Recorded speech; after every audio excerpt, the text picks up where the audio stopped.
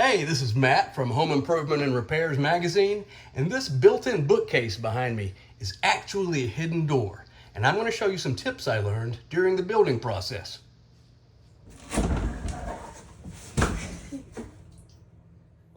Okay, this is the Tambi brand of pivoting hinge. We are going to use it to make a hidden door, and our door will look like a bookcase. This is the bottom piece.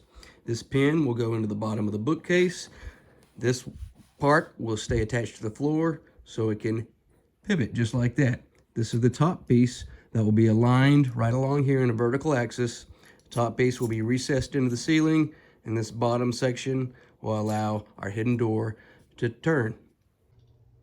Before you start taking measurements for your hidden door or trying to determine your hinge location, you need to make sure the door frame is perfectly square, plumb, and level. That's because you're going to be determining the clearance of your bookcase door as it passes through the frame. And any mismeasuring because of your frame being out of square, that can cause you some problems where your door doesn't clear the frame and it doesn't open properly. So this cardboard template represents the bottom of our bookcase door. Now, I've decided how deep I want it based on the size of the books that I want to store there, but I'm not sure how long it needs to be so that it can open without binding within the doorway. So what I've done is I've positioned the hinge right where I want it, an inch on the inside of the bottom plate so that it doesn't interfere with any of the side walls. And I've traced it with my pencil. Now what I'm going to do is mark the hinge point using this paper template and bring it to the doorway. Okay, I've aligned my bookshelf template right along the front of the door jamb where I want it, but obviously a full length bookcase is not going to open. It's not going to pivot. So what I'm going to have to do is basically shorten the thing. Let's see if this will work. I'm going to fold it up, center it, and see what we get. Placing a screw right where the hinge will pivot, but no, still binding on this side. So I'm catching here in the corner. I don't want that. So let's see. Seems to be clearing on this side though. So I'm going to fold my template up a little more on this side.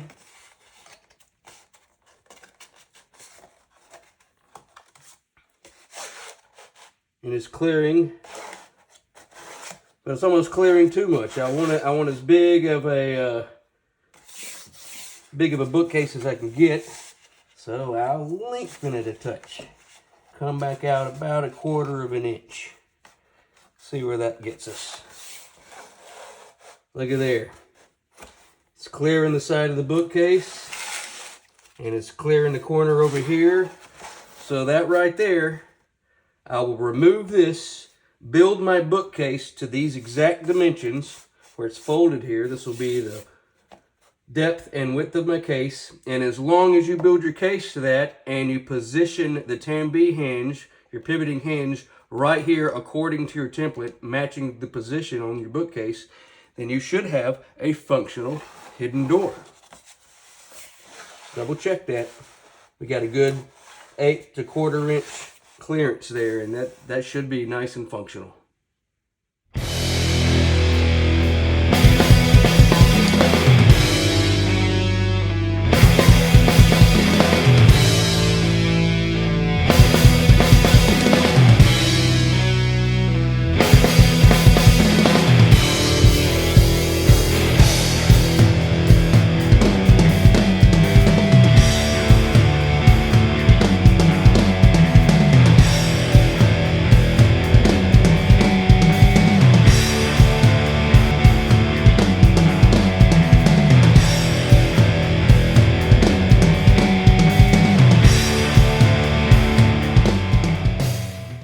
Okay, I've encountered a problem with my installation, but you know, better happens to me than to you, and that's why I'm making these videos.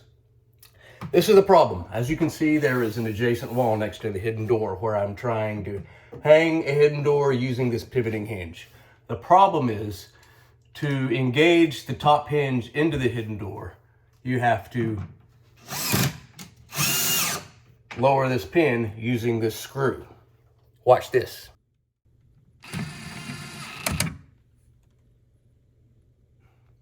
So that's how the pivoting hinge engages at the top. The problem is, as I open this door when installing it and I hit this adjacent wall, I don't have the clearance to bend the door all the way back and give me access to this flathead screw. I have to have this to lower the pin into the mating piece. With this wall in the way, I can't do that. So what I'm going to have to do is move the hinges to the other side. Install them here so that I can open the door unobstructed this way, access that screw to engage the pin. Then I can install my door, finally. Okay, it's time for an update on our hidden door build. It has been installed, then I added the shelves after installation to help manage the weight. You might also notice I moved the hinges from one side of the case to the other side, and that's because of the adjacent wall I was building next to. I realized that due to the depth of my case, when I open it up, I didn't have as much clearance through the doorway as if I were to put the hinge on the opposite side that avoided the adjacent wall. So keep that in mind. If you too are building next to a wall, you might want to hinge it on the opposite side. Something else I learned on this install through trial and error is about the overhead clearance you need between your bookshelf door and the door jamb, or the rough opening. This is a 79-inch tall door, and the rough opening needed to be 79 and 5/16 inch tall, because you got to tilt it in place, and if it's too tight, you'll never be able to get it in place. And if it's too far apart, you'll never be able to drop the hinge pin and marry the two pieces of the pivoting hinge. So for me, this is an 8-inch thick shelf, and this measurement will vary depending on the thickness of your bookshelf. However, I needed a 5/16 inch extra space between the top of the jamb and the top of the bookcase for successful installation. One more important note. The hinge pins that we use to make the pivot door, they're lengthwise. However, you do not need to install them so that they match up lengthwise. In fact, doing so can cause you major problems like it did me. This is because on the top piece of the top hinge, there is a screw that you have to access. So if you have it trapped beneath or behind the top of your door, you'll never be able to get to the screw that you need to engage the top hinge pin and complete the installation. So what you need to do is install it offset like that so you can access that screw.